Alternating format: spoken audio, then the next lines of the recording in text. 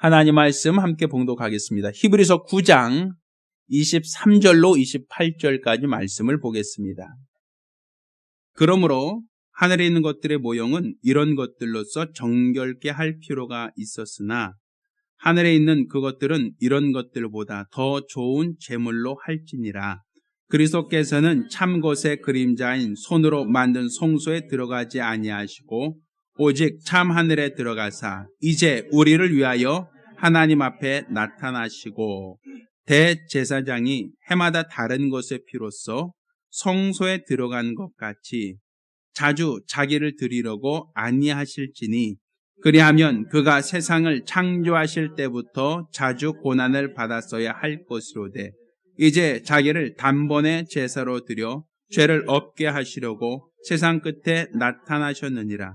한번 죽는 것은 사람에게 정하신 것이요 그 후에는 심판이 있으리니 이와 같이 그리스도도 많은 사람의 죄를 담당하시려고 단번에 들으신 바가 되셨고 구원에 이르게 하기 위하여 죄와 상관없이 자기를 바라는 자들에게 두 번째 나타나시리라.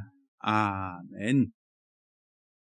자, 오늘은 의로서 심판하시는 하나님이라는 제목으로 하나님 말씀을 함께 나누겠습니다.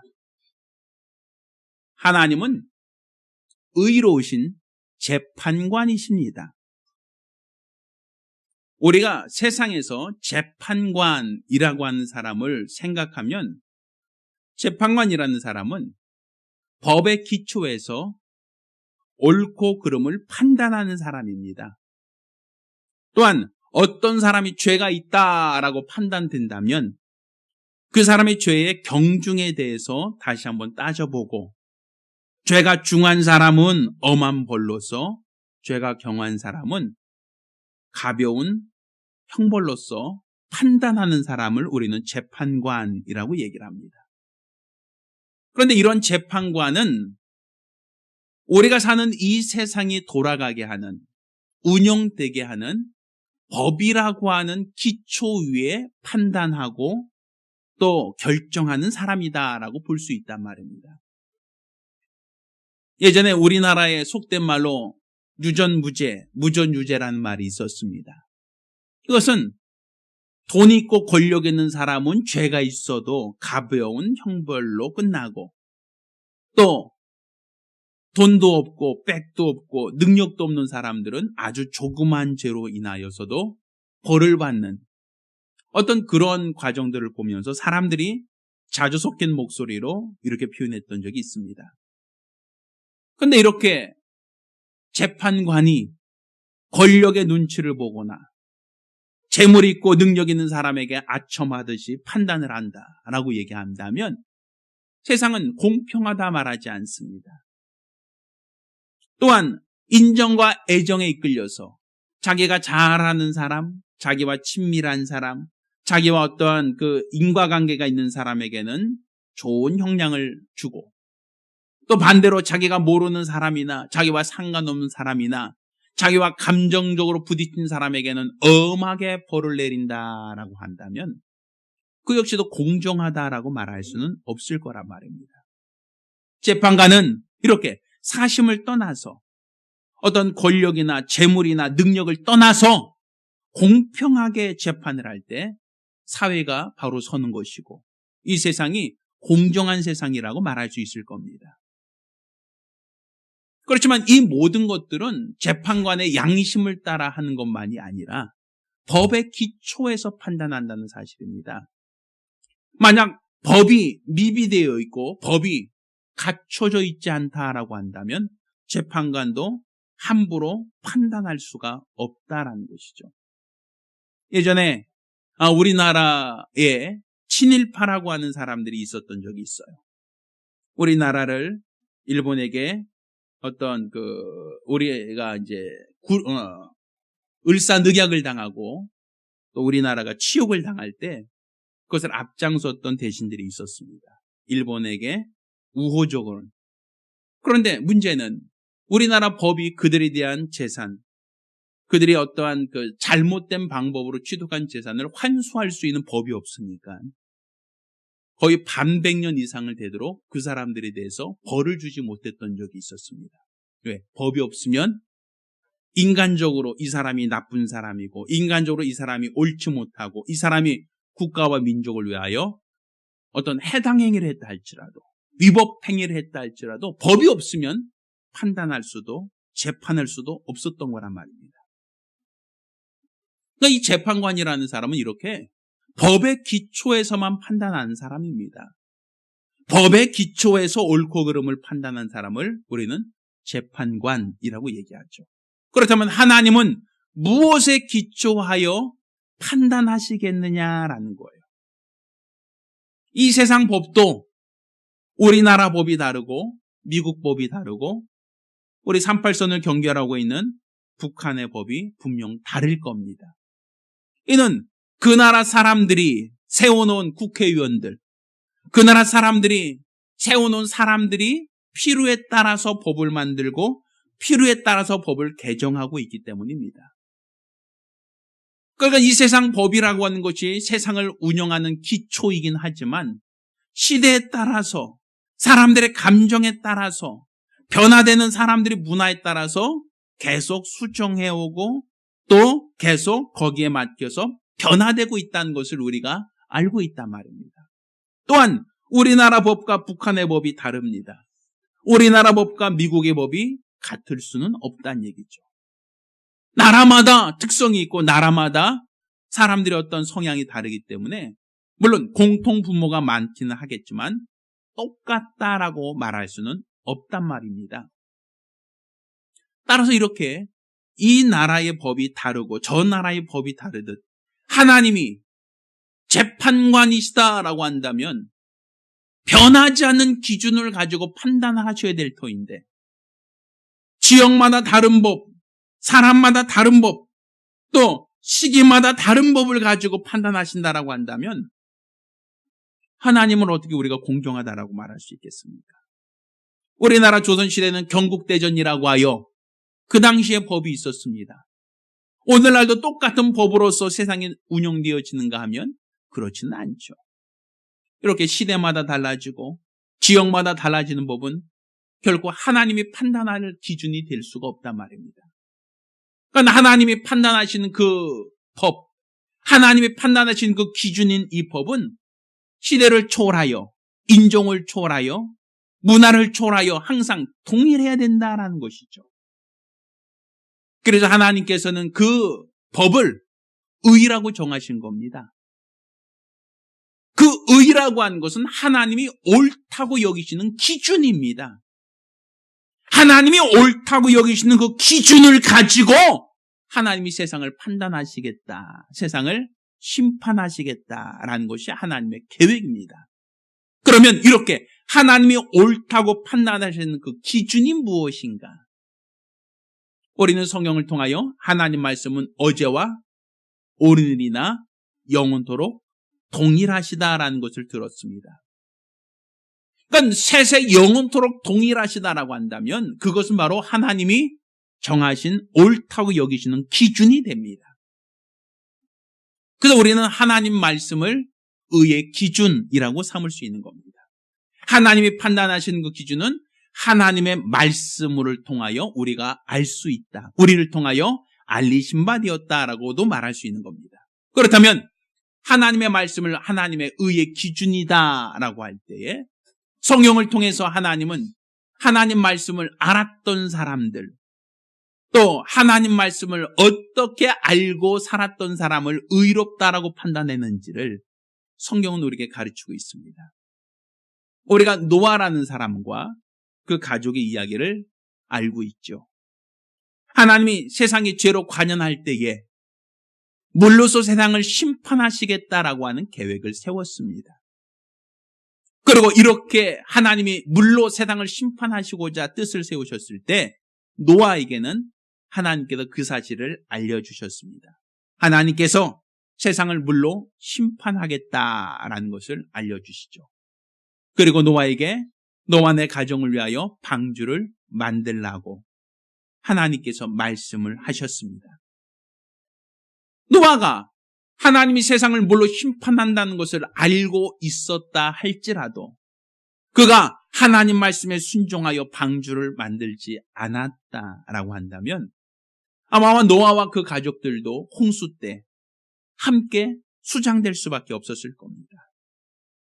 그렇지만 노아와 그 가정이 하나님의 엄중한 심판 앞에, 물로서 세상을 심판하시는 그 심판 앞에 생명을 보존할 수 있었던 가장 큰 비결은 바로 하나님 말씀을 믿었다는 겁니다.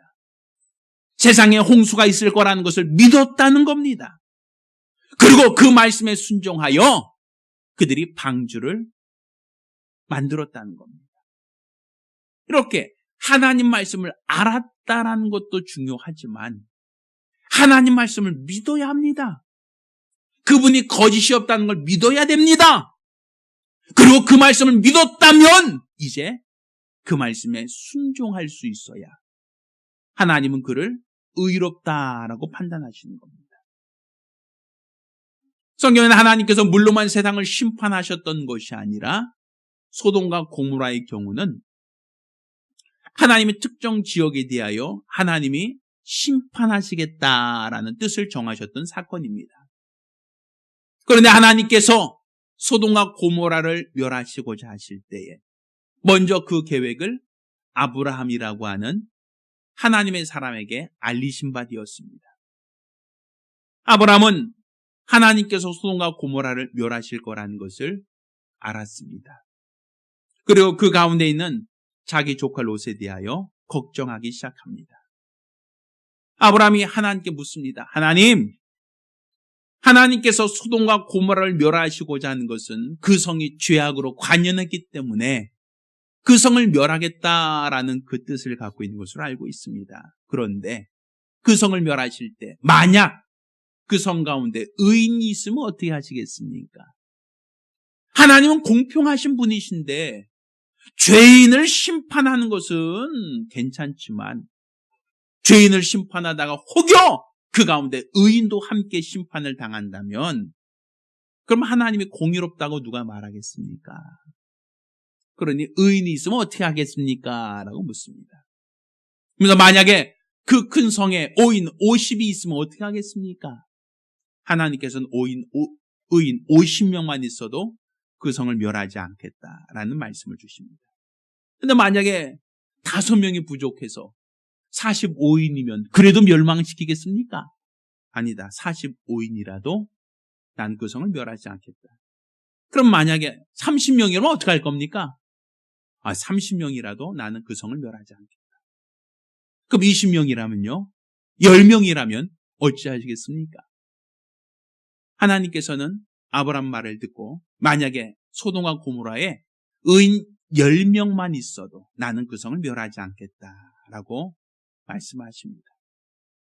그런데 하나님이 보셨을 때 소돔과 고모라에는 10명조차 의인이 없었습니다. 그래서 결국에는 하나님이 소돔과 고모라를 멸하시기로 작정하시고 그 뜻을 실행하십니다. 그런데 분명 10명이 안 돼서 그 성을 멸하고자 뜻을 정하신 대로 시행하실 때에 그 조카 롯, 아브라함의 조카 롯은 하나님이 그 가운데서 구별해 내신단 말입니다. 비록 10명은 아니라 그보다 더 작은 숫자라 할지라도 하나님께서는 죄인을 멸하실 때 의인도 함께 멸하는 것을 원하지 않으셨다는 겁니다. 그래서 그 조카 롯을 구별해 내십니다. 그리고 그 조카 롯과 그 아내와 두 딸을 하나님께서 소돔과 고모라에서 그들을 구원해 내셨습니다. 그런데 하나님이 판단하셨던 그 의의 기준이 무엇이었습니까? 만약에 조카 롯이 아브라함과 친척이기 때문에 그들을 살려주겠다라고 하셨다면, 그게 의의 기준이었다고 한다면 롯의 부인은 아마 지금 그 상황에서 살아났을 겁니다. 그렇지만 우리가 알고 있는 것처럼 그 롯의 부인은 소금기둥이 되어버렸거든요.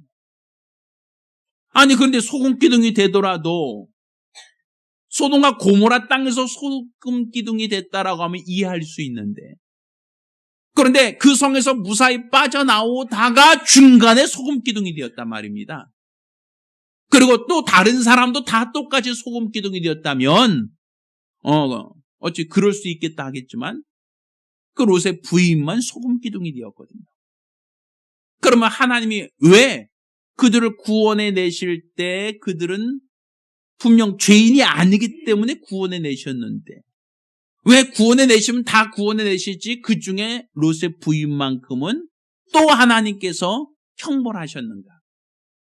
그거는 하나님 말씀이 기준이기 때문에 그렇습니다. 하나님께서 소돔과 고모라를 멸하시겠다는 뜻을 세우시고 그 뜻을 알려주셨을 때 그 말씀을 믿었느냐는 거예요. 그 조카 롯의 사위들은 하나님 말씀을 농담으로 여겼더라. 그 말씀을 믿지 않았다는 겁니다. 이렇게 하나님이 말씀을 전하셨지만 그 말씀을 믿지 않는 사람들은 하나님은 불의하다라고 판단하시고 그 성을 멸하실 때 함께 멸망시켰습니다. 그렇지만 조카 롯과 그 가족들은 하나님이 정하신 뜻을 믿었습니다. 하나님 말씀을 듣고 이 성이 곧 멸망될 것이라는 것을 그들은 믿었단 말이에요. 이렇게 하나님 말씀을 믿고 하나님 말씀을 존중한 자들은 하나님이 그 성에서 구원해 내셨습니다. 그때 하나님이 그들에게 살리는 말씀을 주시죠. 너는 소알성에 들어갈 때까지 결코 뒤를 돌아보지 말라는 것이었어요. 너와 내 가정이 살기 위해서는 그 성에서 나와서 소돔과 고모라 땅에서 나와서 소알성까지 결코 뒤돌아보지 말고 계속 그곳을 향해서 가라는 것이었어요. 이게 바로 그들에게 하나님이 주신 말씀입니다. 그러니 하나님이 주신 말씀을 믿고 그대로 순종한다면 아마 롯과 그 아내와 그 둘 딸은 안전하게 피신할 수 있었을 겁니다. 그렇지만 그 가운데 롯의 부인은 뒤를 돌아보았다라고 되어 있어요. 결국 하나님 말씀을 받았고 하나님 말씀을 믿었지만 하나님 말씀에 끝까지 순종하지 못했을 때에 그는 소돔과 고모라에서는 나왔을지 모르지만 결국은 소금 기둥이 되었다라는 말이었습니다. 이렇게 하나님 말씀을 받았다라는 것이 중요한 것이 아닙니다. 하나님 말씀을 받았으면 그 말씀을 믿어야 합니다. 하나님이 말씀하신 것이 참되다, 옳다라는 것을 믿어야 하나님으로부터 옳다 인정을 받을 수 있습니다. 또한 그것을 단지 믿을 뿐 아니라 그 말씀대로 행동해야 됩니다. 순종해야 됩니다. 그 말씀대로 순종할 때에 하나님은 그의 행위를 의롭다라고 판단하시는 겁니다. 알았다는 것 물론 중요합니다. 믿었다는 것도 물론 중요합니다. 그렇지만 행동하지 않는다면 롯의 부인처럼 하나님의 심판을 벗어나기는 어렵다는 사실입니다. 따라서 하나님께서 의의 기준을 하나님의 말씀으로 삼으시고 그 말씀을 주셨다는 것은 그 말씀을 알아라, 그 말씀을 믿어라, 또한 그 말씀에 순종하라는 겁니다. 그래야만 하나님께서 원하시는 의로운 자라 판단할 수 있을 거다라는 겁니다. 하나님께서 이스라엘 백성이 애굽에 있을 때 애굽에 있는 이스라엘 백성들에게 하나님의 계명을 주시지 않으셨습니다. 그들에게 주셨던 계명은 단 하나였습니다. 유월절 어린 양을 잡아서 문설주의 피를 발라라. 그리고 너희네가 그 밤에 양고기를 먹고 있어라. 이거밖에는 그들에게 주신 계명이 없었습니다. 그들이 하나님의 말씀, 곧 유월절에 양을 잡아 양의 피를 문설주와 이방에 바르고 양고기를 먹고 있는 동안은 그들은 안전했습니다.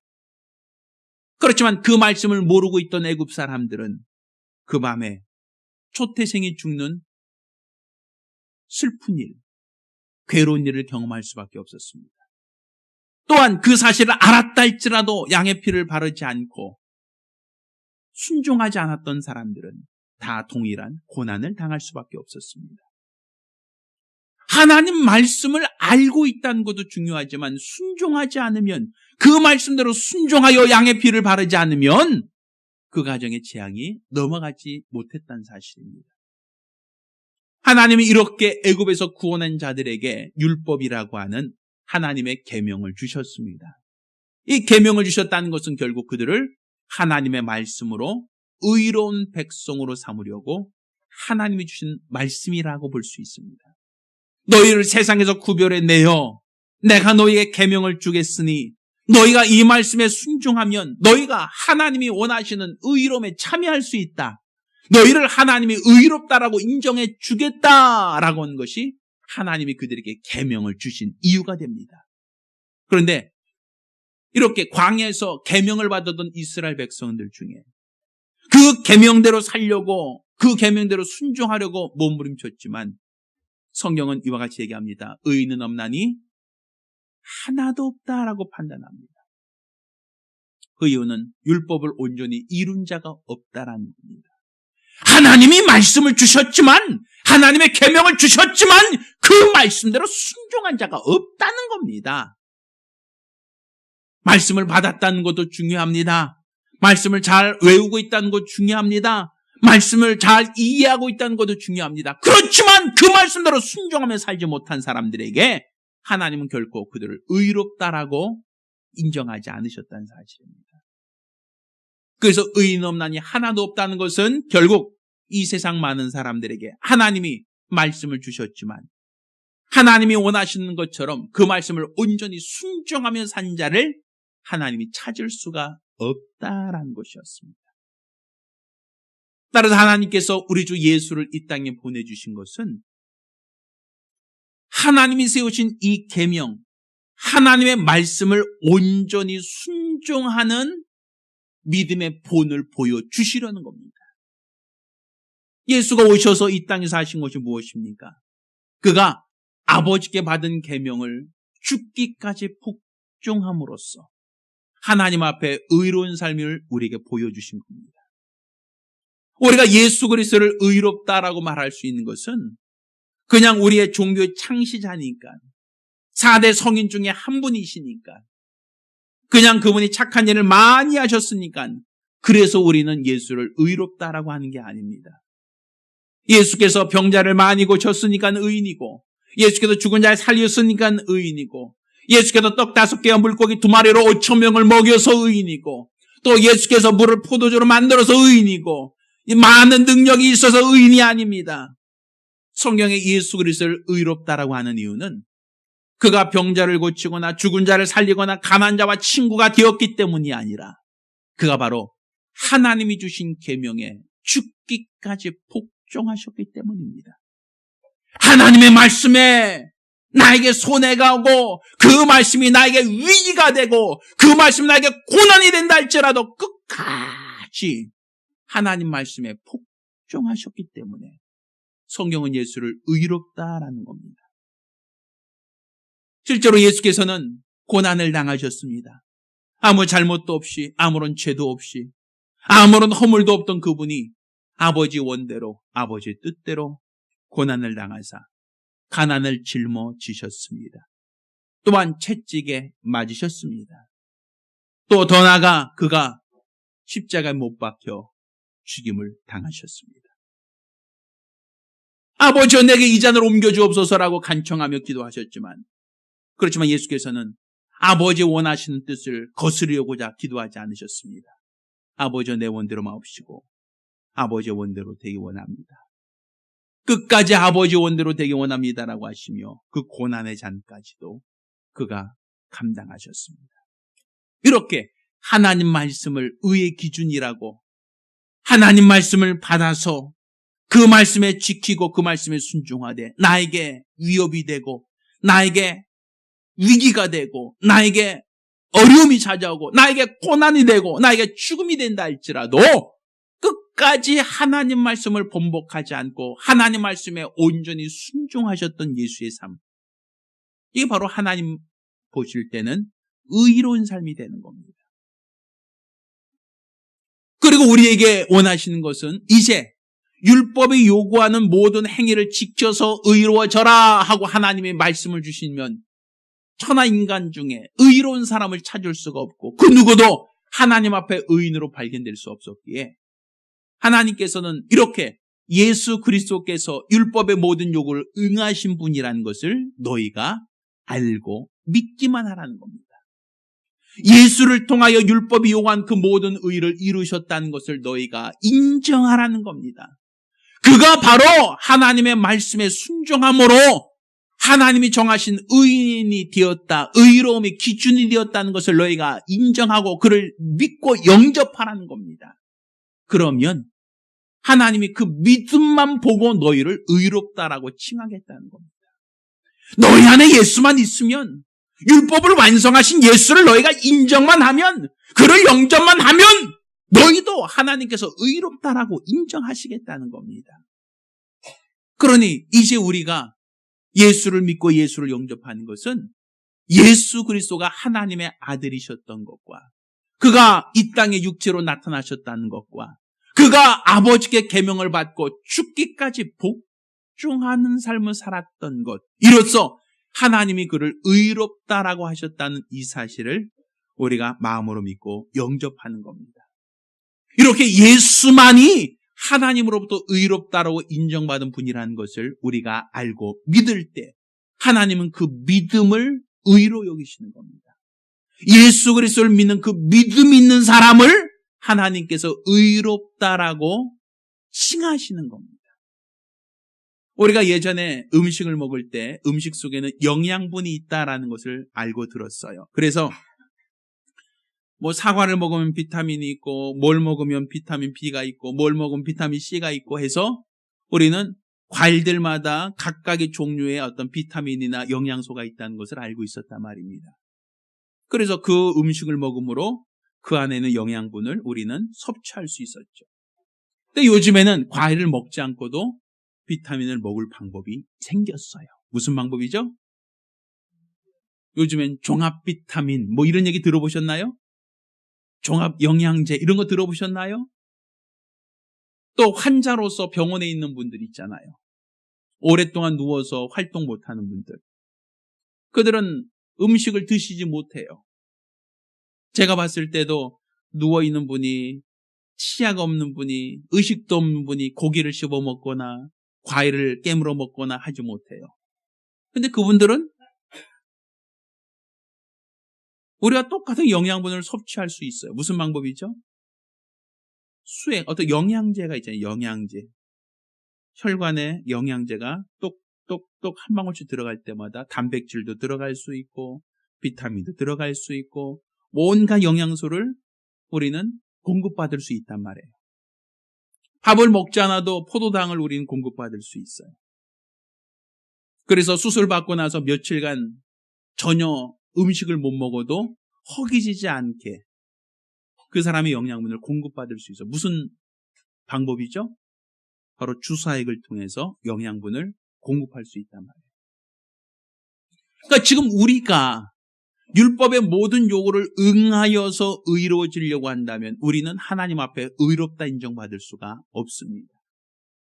우리는 이 모든 것을 다 능히 이루신 예수 그리스도, 마치 종합 비타민 같은 그분 한 분을 믿음으로, 그분 한 분이 우리 안에 들어옴으로 우리가 지켜야 될 모든 행위들, 우리가 감당할 모든 것들이 예수 그리스도 안에 다 있다는 것을 인정하시면 된단 말입니다. 그러니 예수를 믿고 예수를 영접한 자를 하나님이 의롭다라고 인정하시겠다는 겁니다. 자, 이렇게 하나님께서 의로우신 재판관으로서 세상을 의로서 판단하실 터인데, 문제는 세상 법에서는, 세상 재판관은 모든 사람을 다 재판하지 않습니다. 모든 사람들을 다 형벌하지 않습니다.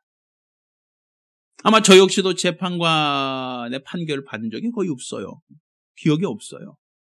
법원에 간 적도, 사실 제가 누구 만나러 간 적은 있어도 어떤 재판을 받으러 간 적은 제 기억에 없어요.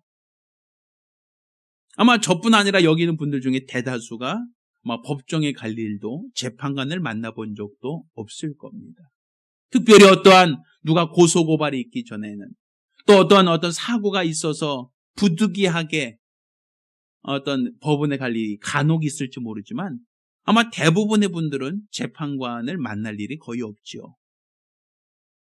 그래서 사실 재판관, 의로운 재판관이 판단한다라고 할 때 세상 사람들 세상에 사는 동안 한 번도 법원에 안 간 사람이 있는 것처럼 에휴 그건 뭐 나와 상관이 있겠어? 나와 무관하겠지? 라고 이렇게 안일하게 생각할 수 있단 말입니다. 그래서 우리가 읽은 이 본문에는 히브리서 9장 27절에 한 번 죽는 것은 사람에게 정한 것이요 그 후에는 심판이 있다라고 정하고 있습니다. 죽음이 끝이 아니라 죽음 이후에는 누구나 다 하나님 앞에서 심판받는다는 겁니다. 의로우신 재판관 앞에 서서 판단을 받게 된다는 것은 특정한 몇몇 사람들만의 이야기가 아니라 모든 사람들, 모든 인류가 다 똑같이 하나님 앞에 서게 된다라는 것을 얘기하고 있습니다. 우리가 오늘 예배를 드리고 있습니다. 그렇지만 이 예배는 12월 31일 금년도 2017년도 마지막 예배입니다. 사실 우리가 기억해보면 얼마 전에 우리가 신년초 감사 예배를 드렸던 적이 있었습니다. 그렇지만 그 감사 예배를 드리며 신년 감사 예배를 드렸던 우리가 얼마 후에는 봄이 되는 것을 우리는 경험했습니다. 따사로운 봄 햇살 속에 우린 예배를 드렸고 또 우리는 창립 기념 예배를 드렸습니다. 또 시간이 더 흘러서 이제 무더위 속에서 에어컨을 틀어놓고 더운데 찾아와서 예배를 드렸던 그 기억도 우리는 있습니다. 또 얼마 전 우리는 가을에 추수를 하며 추수감사 예배를 드리고 이 앞에다가 곡식과 열매를 쌓아놓고 하나님께 예배 드린 적도 있었습니다. 근데 불과 몇 달 지나지 않아 우리는 벌써 송년 예배를 드립니다. 금년도 마지막 예배라고 얘기합니다. 이렇게 몇 번 반복되는 예배들 속에 한 해가 훌쩍 지나갔다는 사실입니다. 그런데 이렇게 1년이라고 하는 것이 마지막, 시작과 마지막이 있는 것처럼 우리 모든 인생들도 시작과 끝이 있다는 걸 우리 모두가 알고 있지 않습니까?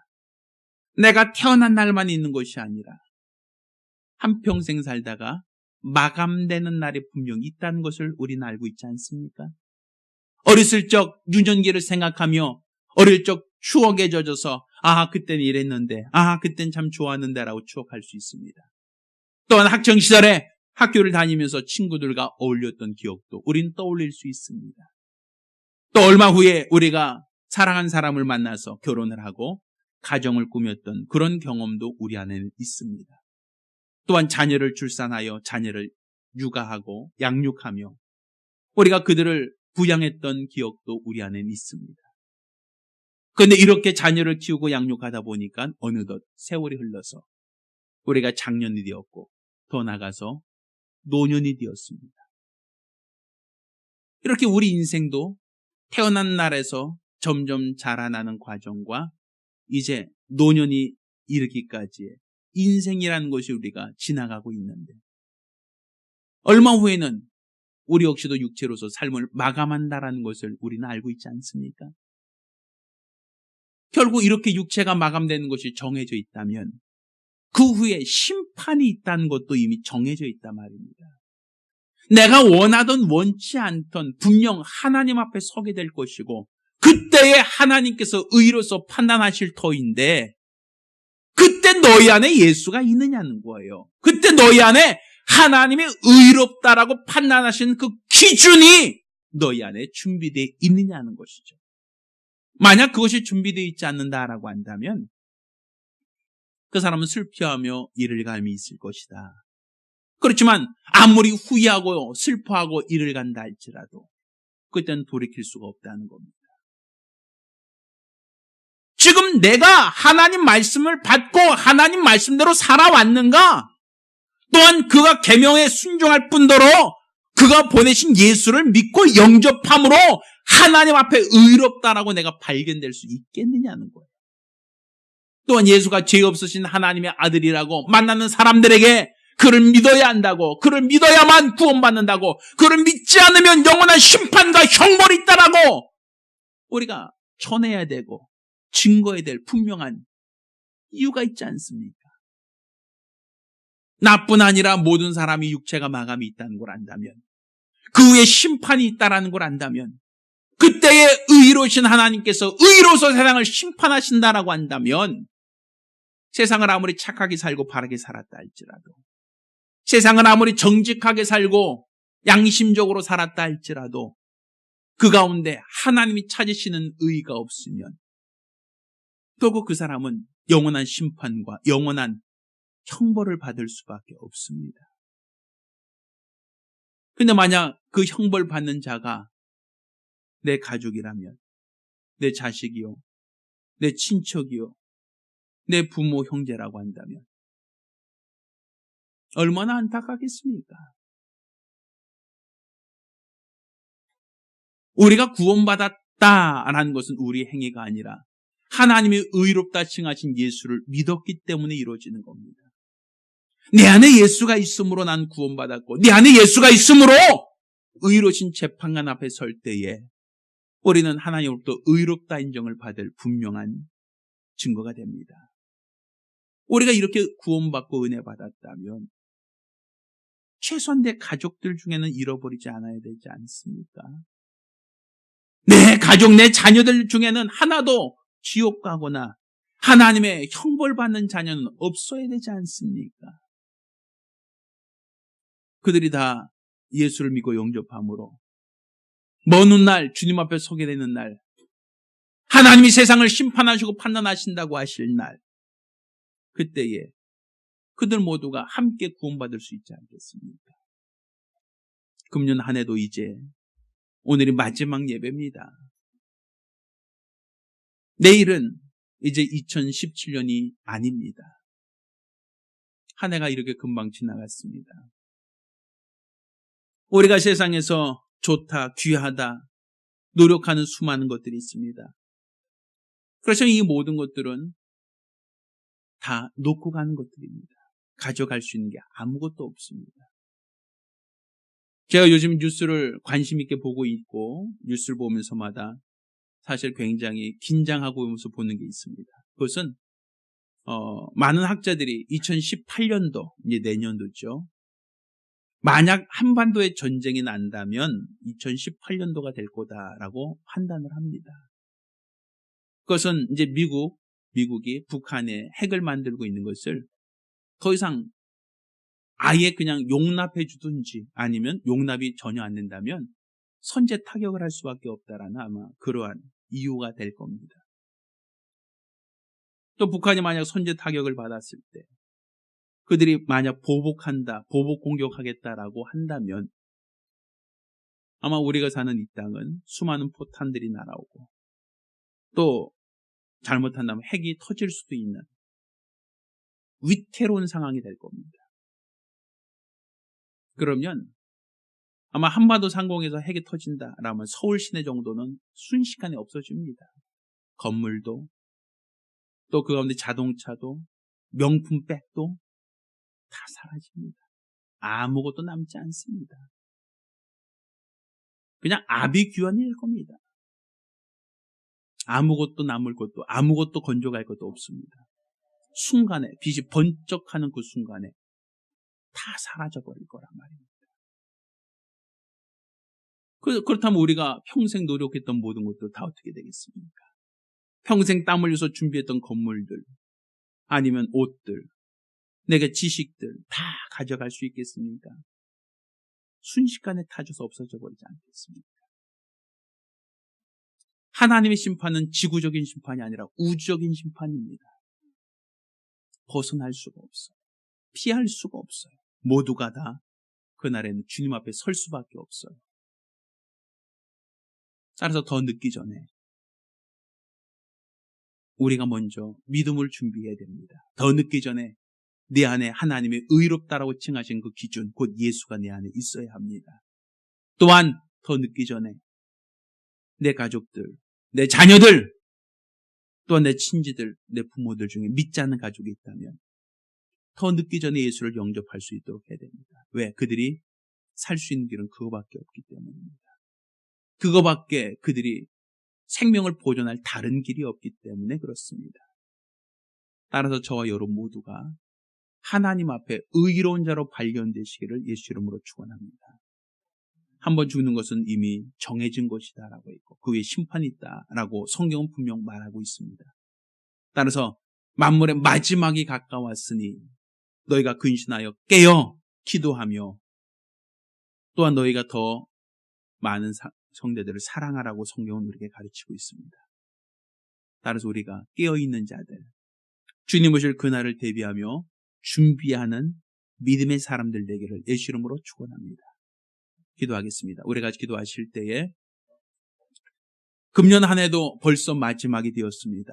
우리 인생도 어느덧 마지막이 곧 찾아올 수 있습니다. 젊은 사람이든 늙은 사람이든 그 마지막이 찾아올 때에 그때에 과연 내가 하나님 앞에 설 준비가 되어 있는가? 의로우신 재판관 앞에 설 준비가 되어져 있는가? 나 자신을 돌아보시며 한 목소리로 기도하겠습니다. 살아계신 아버지 하나님, 오늘 이와 같이 우리에게 하나님을 의로우신 재판관으로 알게 하심을 감사드립니다. 누구나 다 원하든 원치 않든 의로우신 재판관을 만날 수밖에 없고 그를 체험할 수밖에 없사오니 그를 만날 때에 우리 안에 의의가 없으면 우리가 하나님 앞에 불의한 자로 발견될 뿐이요 하나님의 심판과 형벌을 면할 수 없사온즉 우리가 우리 주 예수 그리스도 곧 말씀을 온전히 순복하시사 죽기까지 복종하신 예수를 믿고 의지함으로 하나님 앞에 의롭다 인정받게 도와 주시옵시고 우리 주님 오실 그날까지 온전한 믿음을 지킬 수 있도록 도와 주시옵소서. 또한 모든 인생이 한 번 죽는 것은 정해져 있다 하셨고 그가 끝이 아니라 심판이 있음을 알게 하셔 주셨사오니 아직까지 믿지 않는 가족, 친지들, 자녀들, 부모, 형제들 모두에게 복음을 전하기 원합니다. 예수가 바로 하나님의 의로 정하신 기준인 것을 그들에게 전하고 증거함으로 그들 모두가 예수 안에서 영원한 생명과 소망 갖고 믿음으로 살아갈 수 있도록 도와 주시옵소서. 우리 하나님께서 귀하게 사랑하고 사용하시는 증거가 있기를 원하며 살아계신 우리 주 예수 이름으로 기도드렸습니다. 아멘. 이제는 우리 주 예수 그리스도의 은혜와 아버지 하나님의 극진하신 사랑과 보혜사 성령님의 교통하시고 역사하심이 오늘 이와 같이 우리 하나님 앞에 설 때 의롭다라고 인정받기로 결심한 우리 모든 성도들과 가정들 위해 이제로부터 영원까지 함께 있을지어다. 아멘. 우리 하나님께 영광을 돌리겠습니다.